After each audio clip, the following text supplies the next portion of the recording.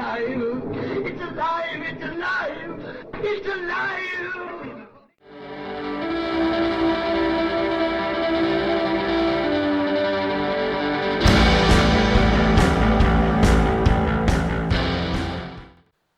Hello and welcome to Alive After Reading. I'm your host, Tim Niederreiter, and with me today is a new guest to the podcast, and quite a conversationalist, Robert P. French. Welcome to the show. Thank you very much, Tim. I'm really happy to be here. Well, I'm happy to have you. So tell listeners a little bit about the Cal Rogan series and a little bit about yourself. Well, sure. I'm a former techie. I was a software developer for many years and decided to make a change and became a writer. And the Cal Rogan series, they're kind of mystery thrillers set in my adopted city of Vancouver in Canada. And there's 7 books in the series. It's my protagonist, Cal Rogan, starts off in the first book. He's a drug-addicted ex-cop. And he's living on the streets, and his best friend gets murdered, and he decides to find out who the murderer was. And the series evolves from there. And but the drug addiction always tags along on his shoulder. Oh yeah, so, yeah. Mm-hmm. Addiction is quite a subject to tackle in a series that how dark are we talking these books are? I mean, that's interesting. They can be quite dark in places. Okay. A couple of times during the series he relapses, and that gets pretty dark. It's interesting. Many of my readers have emailed and said, "So I'm guessing you were a drug addict yourself." And in fact, although I've had drugs around me a lot, I've never used drugs. So it was all a lot of research, though. Absolutely. I got so used to taking prescription drugs that I would say I'm heavily addicted to the ones I take that I was prescribed, for years. But otherwise, I don't really do anything else. Partially because I've got so many things in my system already. It just doesn't seem prudent to try anything else, even. Yeah. Yeah. Well, of course, we've learned through the opioid crisis that prescription drugs are every bit as bad as non-prescription. They can be very dangerous too, obviously. Yeah. Anyway, so is the Cal Rogan series focuses more on mystery, or is it more crime, kind of like thriller elements, or is it a mix of all those things? It's a mix of all those things. I'm very addicted to the concept of a lot of tension in a book. That all the time the tension is driving the book forward. And so I like to mix the thriller element with the crime and mystery elements. I think that gives the books a more raw taste, if you will. I agree. Lately, I've been writing a lot of serial fiction, and it's been tricky to adapt my writing style because I've been writing epic fantasy for like 3 or 4 years. I've been writing mainly big fantasy books, and then recently I switched back to when I went to writing smaller sword and sorcery kind of things for a few months, and now I'm fully invested in Kindle Vella. I have 10 serials going at once. Wow! And 6 of them are science fiction. So, but they're all like I need to keep the tension high. Some of them I had already written large chunks of, but when I'm editing these books, I'm like, okay, because some of them I did write as novels first, right? And I'm just editing them to make them into serials.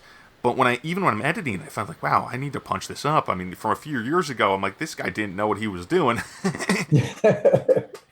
Especially, go on. You were saying. One of the things I've never really thought about serializing and Kindle Vella, but one of the things that you cannot have is a serial episode that's flat. Yeah.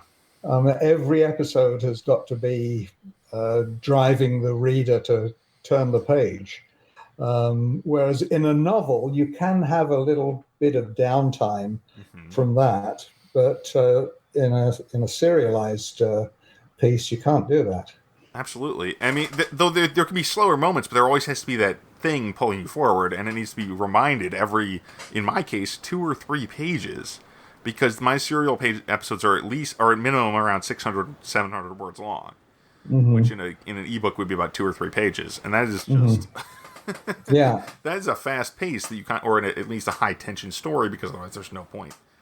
that's right. Yeah. Otherwise, the reader's not going to keep going. And I've run into that issue in a few places because, again, I was adapting novels that weren't really high tension in their initial opening, and then those kind of didn't take off so super well.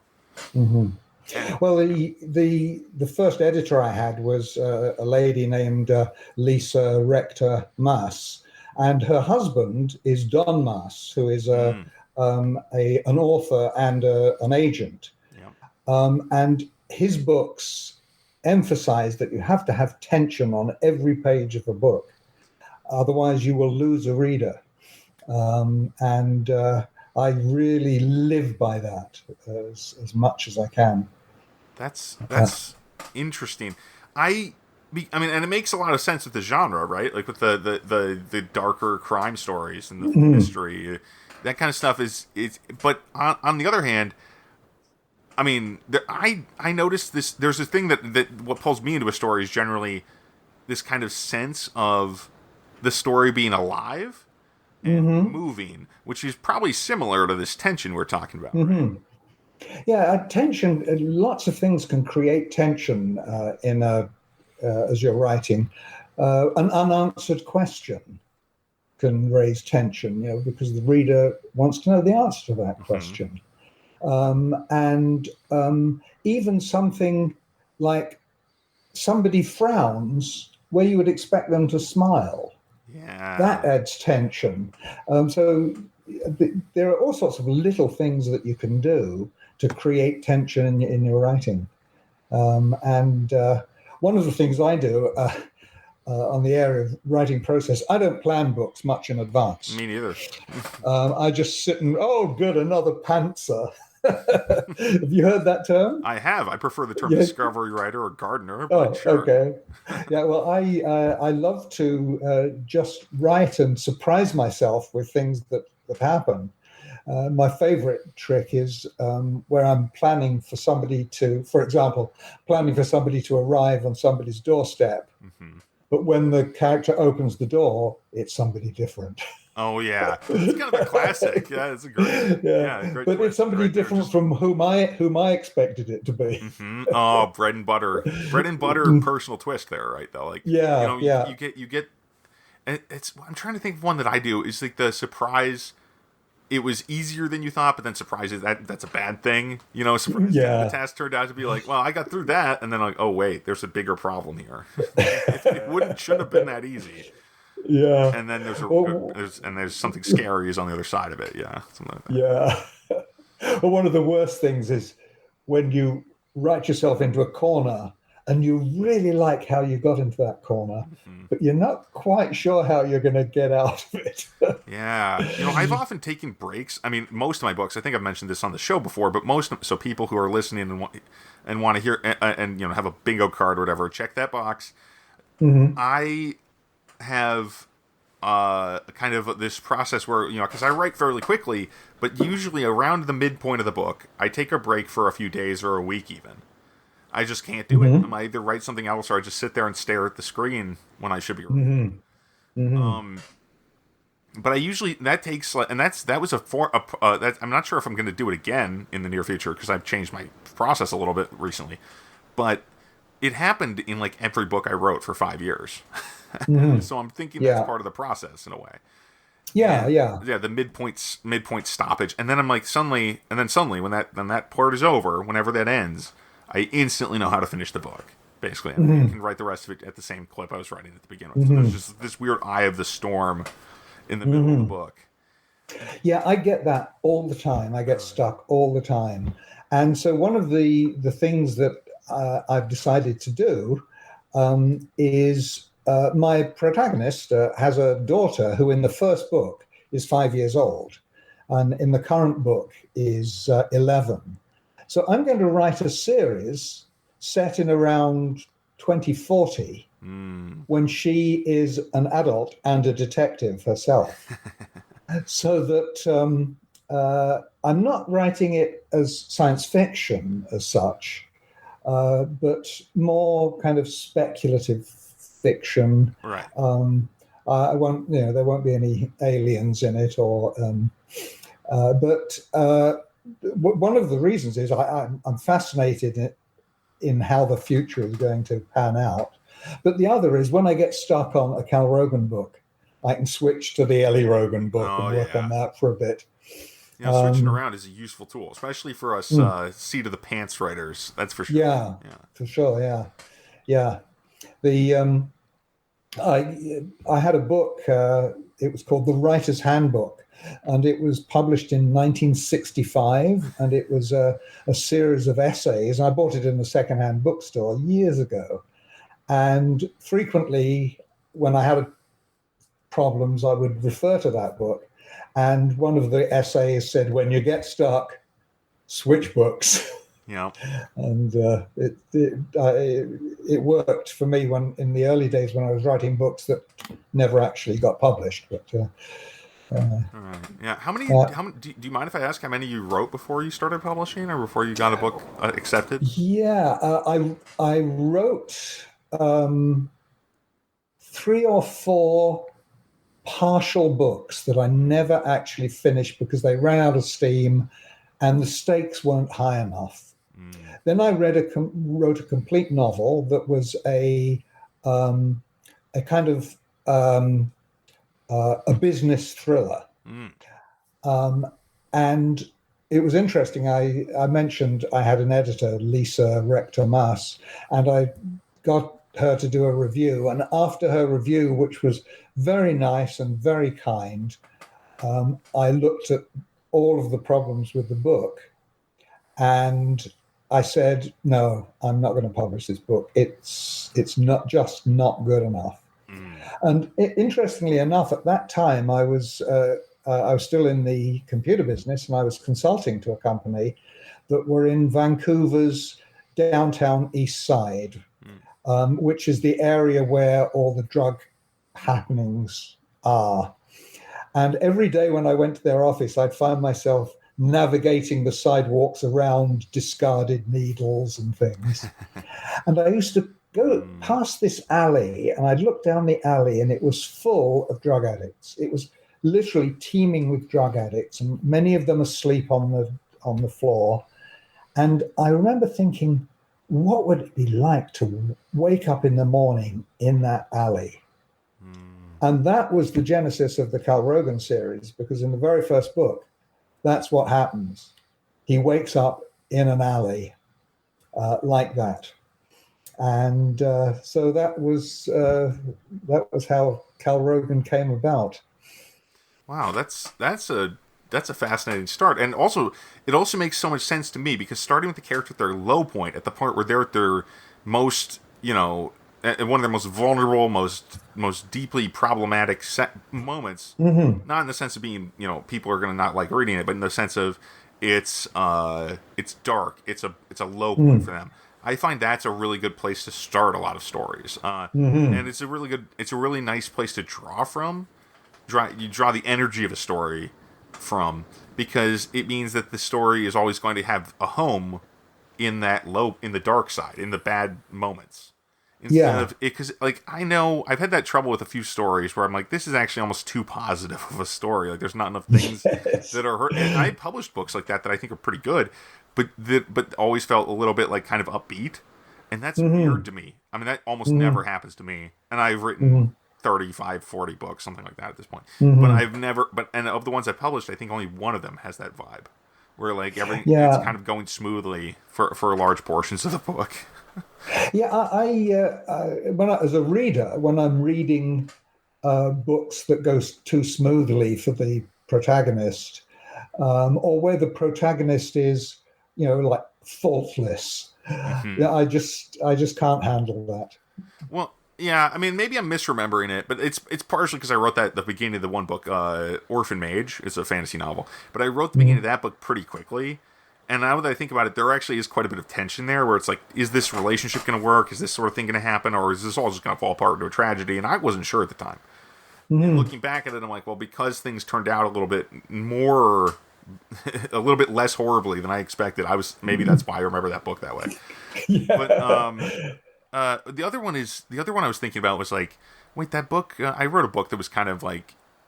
I wrote this book called Rem's Dream, which is a science fiction book, but it's young adult science fiction set in, well, the near-ish future, kind of an ambiguous future, where people are kind of harvesting energy from this nightmare dimension. It's a very weird book in that way. But then they can also have a virtual reality world where they go into this realm, and then creatures come out of it in retaliation, right? Because you were taking energy from their nightmare dimension, and they live there, for God's sake. They want that energy back. Yeah. And so there's this whole exchange there. But in the beginning of that book is the main character is like maybe 12, and she is just constantly being hunted by this one nightmare. This one evil.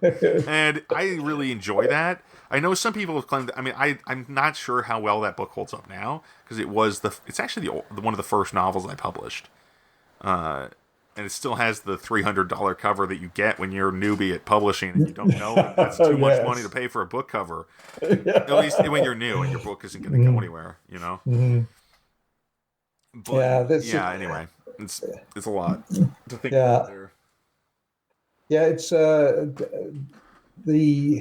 very difficult to all heroes should be flawed, and it's very difficult to get the right balance between them and their flaws. Yes. So that they're still so that your reader has sympathy for their flaws and isn't turned off by them. Right. Yeah. I don't know. I tend to enjoy a book with a character has a ton of flaws more, because a book where the character starts to feel flat is one where I haven't read one of those in a while either. I've really been picking up on my reading lately, and I still don't. Maybe I'm just not remembering the ones where the character just came off as kind of bland, because I generally wouldn't finish.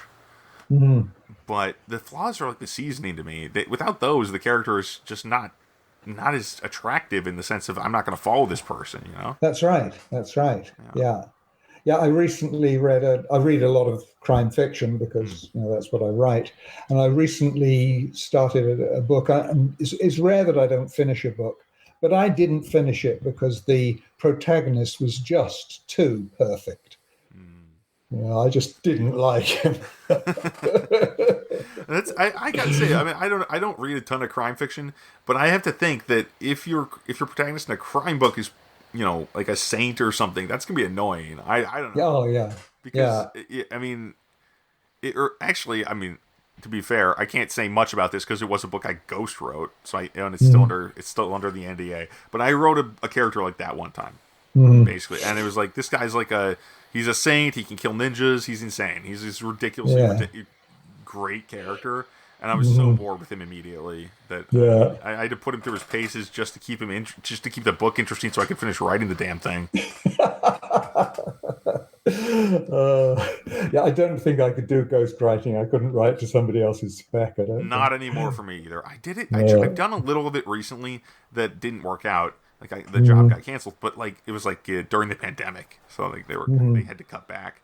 But one of the things about ghostwriting that I find very challenging is I don't get to drive my opinions don't matter as much. I'm like, why am I writing this? And my instinct, it's kind of like how Michael Stackpole on his old Classic Secrets podcast said, he said that sitting in your chair and typing for 8 hours a day, doing nothing as far as your body knows for 8 hours a day, right? And your chimpanzee brain, your old lizard brain thinks you're not doing anything. You're sitting in front of a screen all day.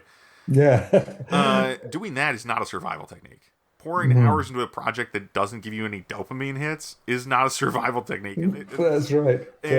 And so it's kind of similar to that for ghostwriting for me. It's like it's just even further away because I don't even enjoy this. What's going on? Yeah.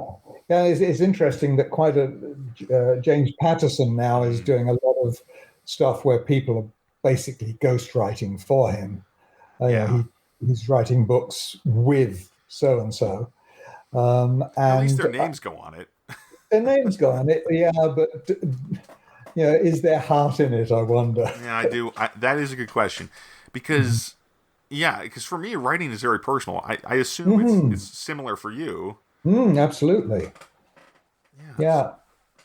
The, uh, the question of flawed characters. There's a novelist in England. His name is Simon Kernick. He writes crime, and the first one of his books I read, his protagonist is a detective sergeant, Mm. and in the first chapter, his protagonist murders somebody.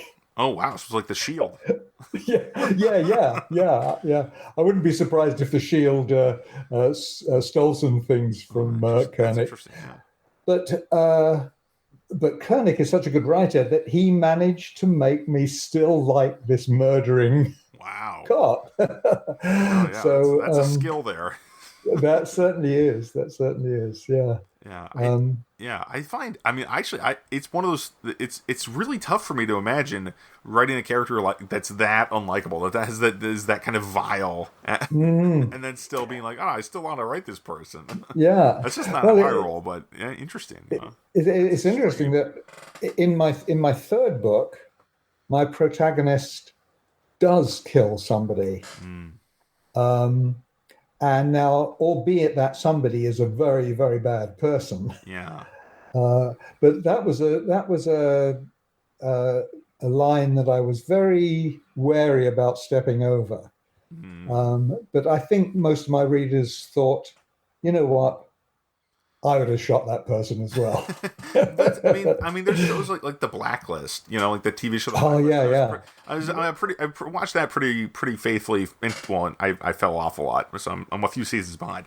But the parts I've watched, I've enjoyed, and there's like an early season where where the main character ends up shooting somebody, and I was like, okay, that's killing this person who is not defending himself, right, and is also a fairly important individual.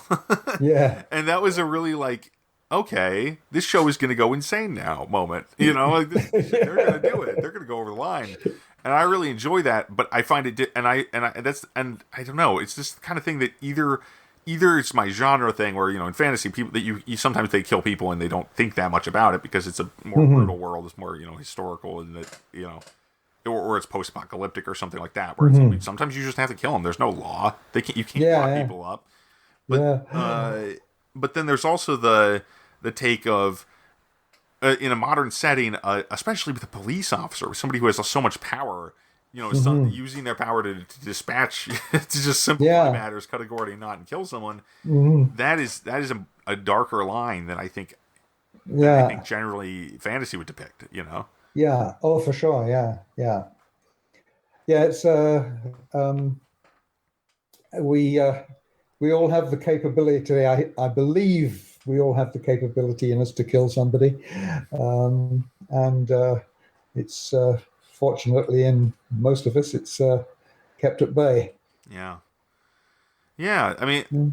I also I wanted to ask you though about just in general your writing process. I mean, you write by the seat of your pants, but Mhm. do you write quickly? Would you say, or are you one of the faster writers? How fast do you write? Let me put it that way. I don't. There's a whole bunch of people out there promoting how to write, 10,000 words a day or something. I'm not a fast writer. Okay. The, for example, my latest book, which I started last week, I wrote the first chapter, and I haven't written anything else on it because I've been doing research and thinking about it and letting the ideas kind of bubble up inside. But once I start writing, I usually write about 1,000 or 1,200 words a day. But I will take breaks. I don't write every day, Mm-hmm. but write most days. But I do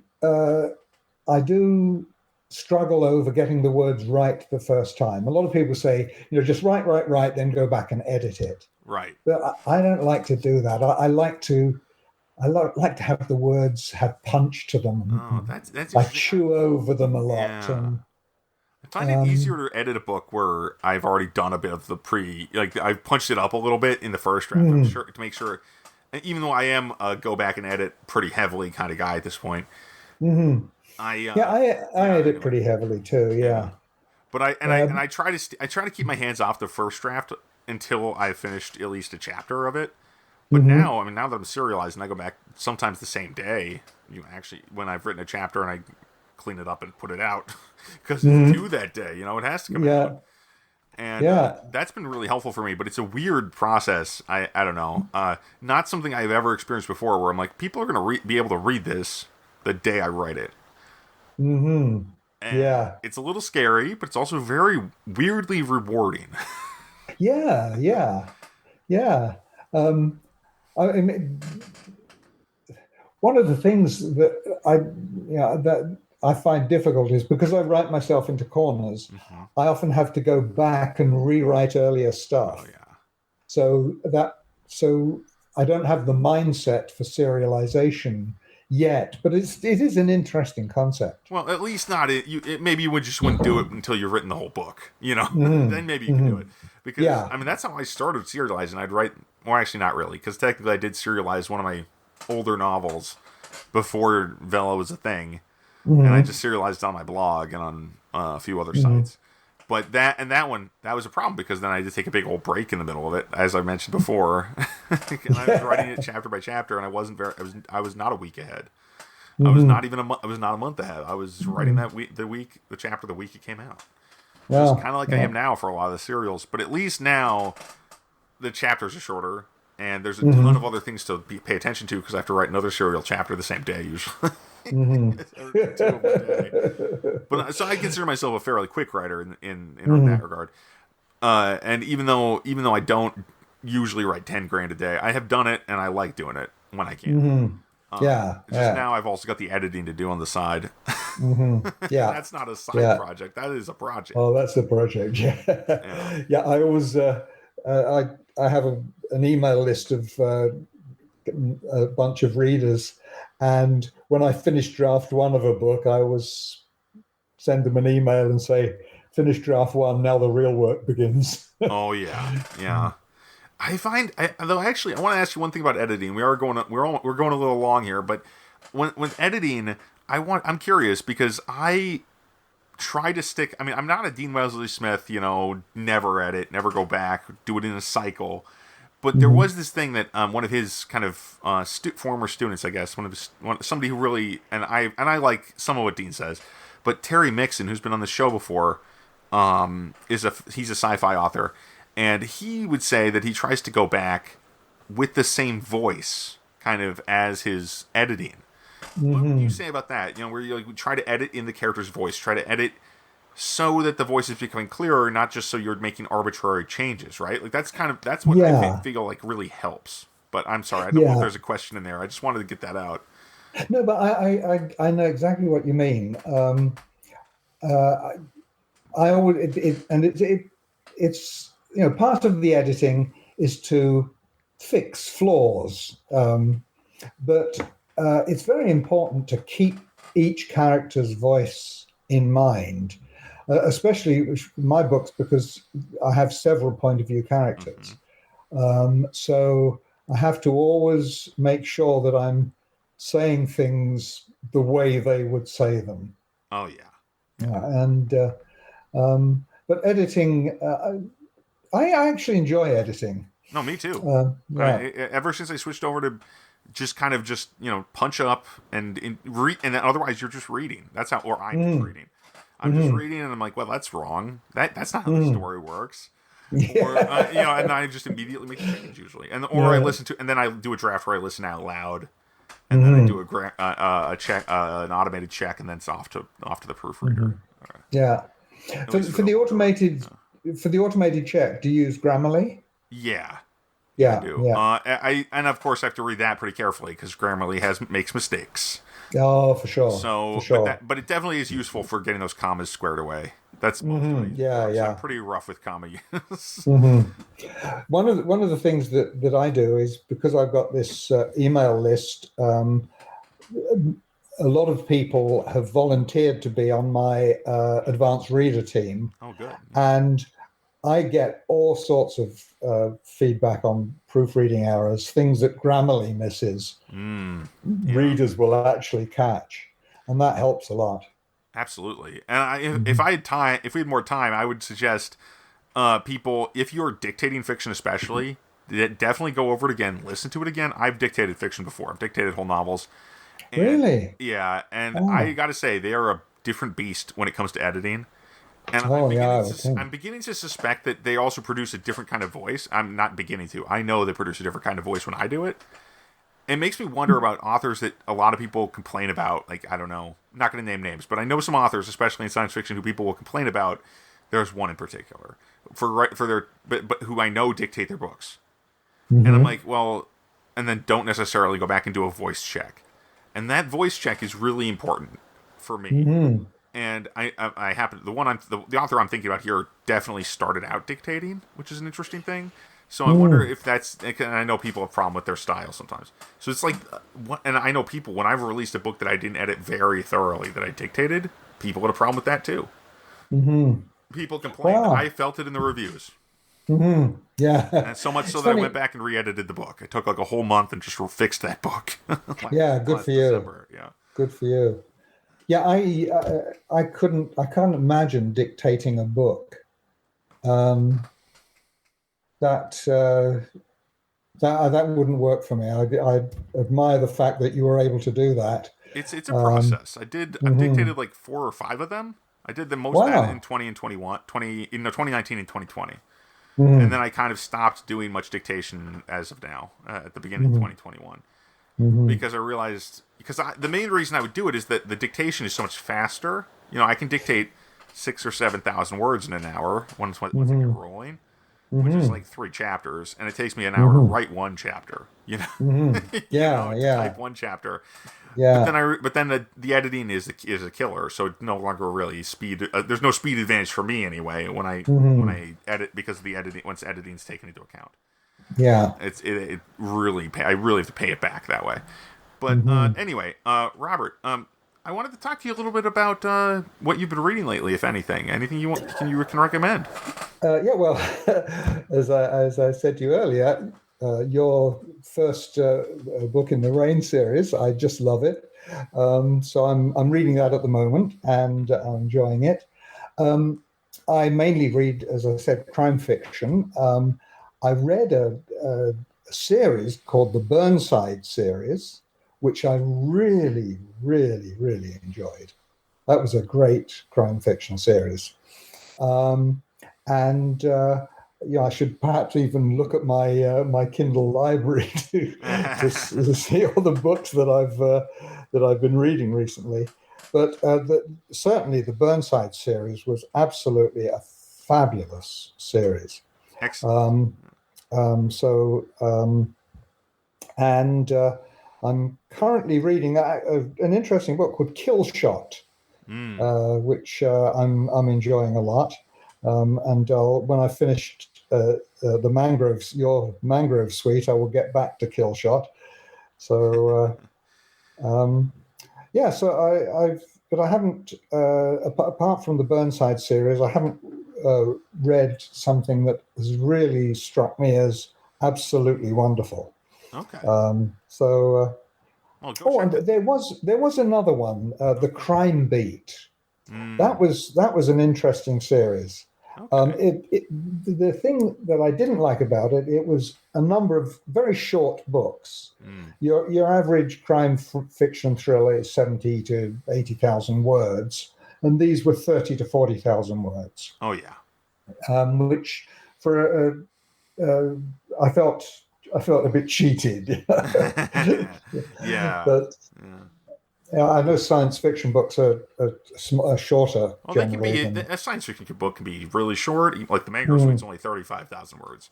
Or I consider it's a novella. It's one of my shorter books.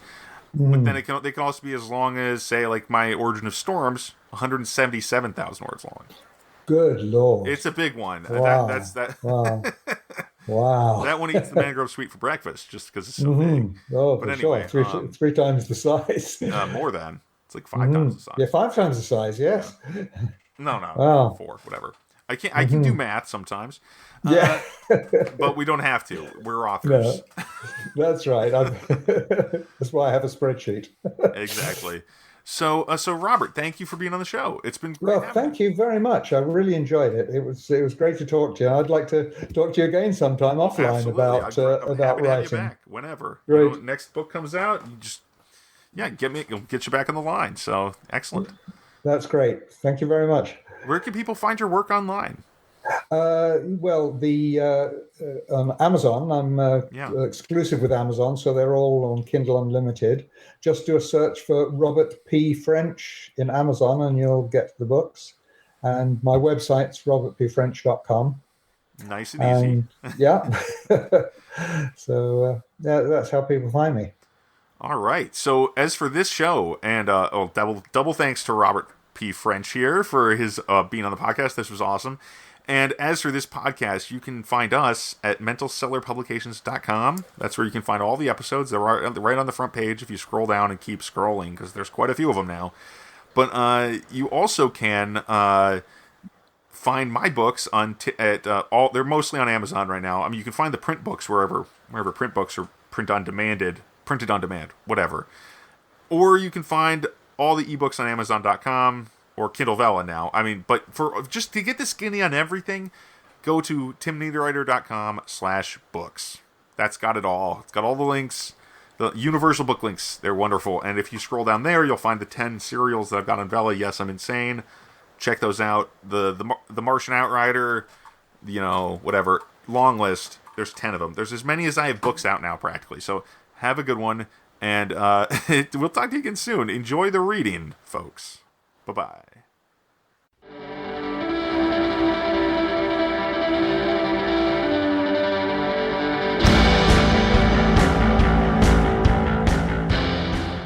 That tears it.